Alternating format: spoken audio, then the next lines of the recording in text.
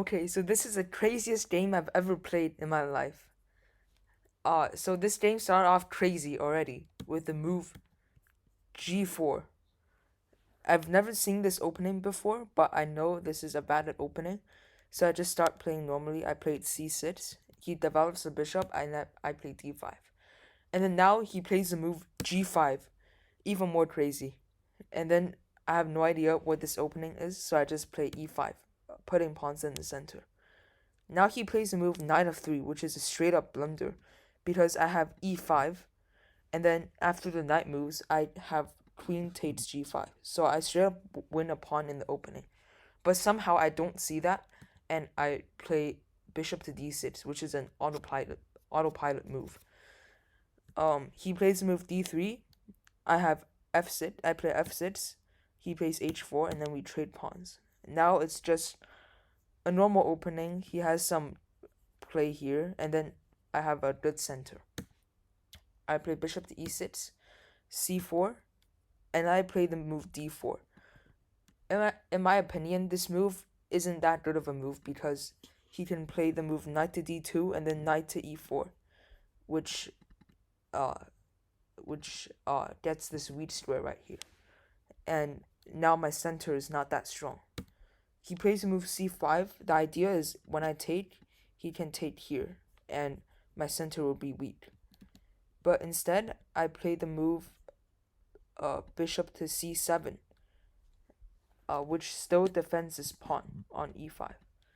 And then he plays the new move knight to B to D2. I play the move knight to E7. He plays knight to C4, which jumps the knight into the center and also attacks my E5 pawn right here.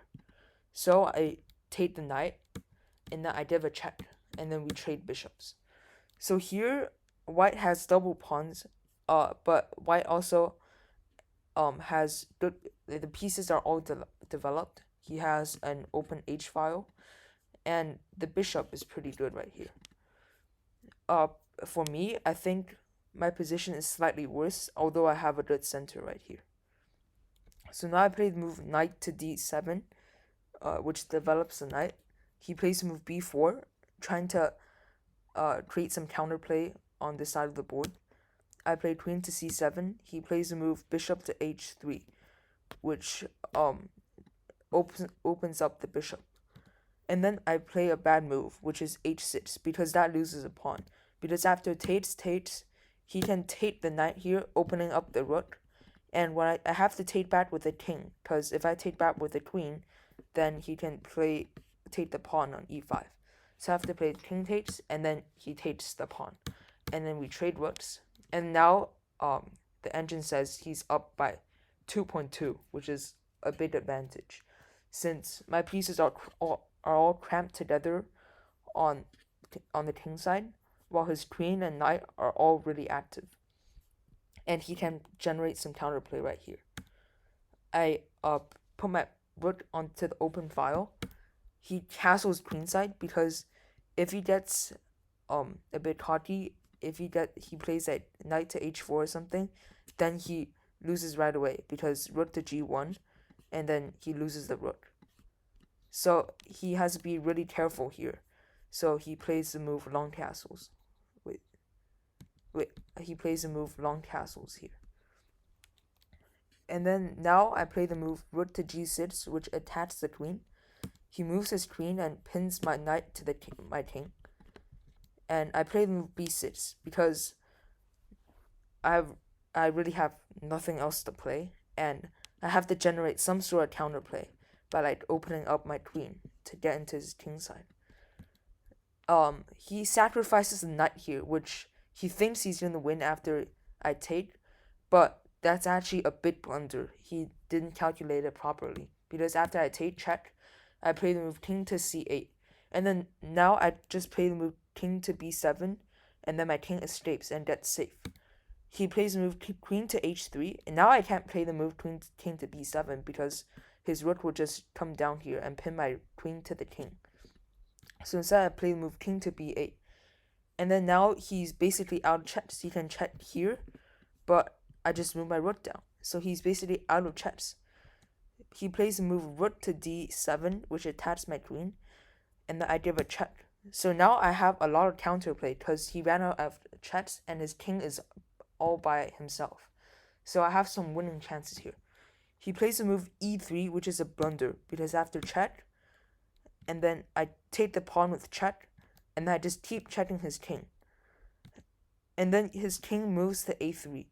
So now I actually have a mate in 7, but as you can see, my time is really low. This is a 10 plus 0 game, so there's no increment. So I kind of panicked here, and I opted for a draw because I couldn't see anything. I thought for like about 30 seconds, as you can see here.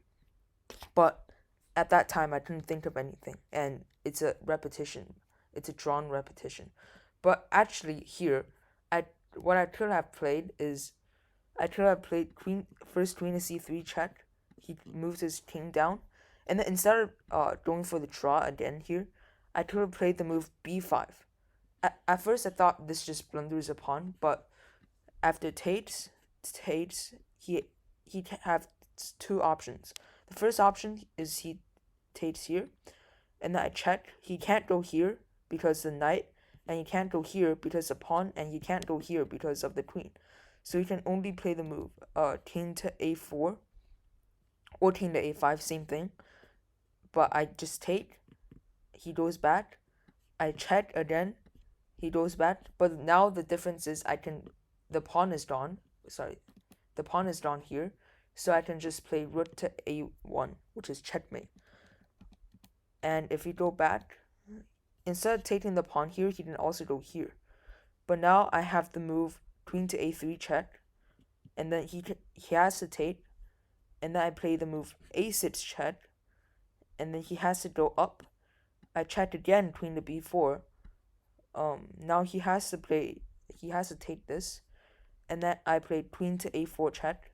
He goes here, and then rook to b1 is checkmate. The pawn blocks the king. Anyway, this is the craziest game I've ever played before, and hope you enjoy.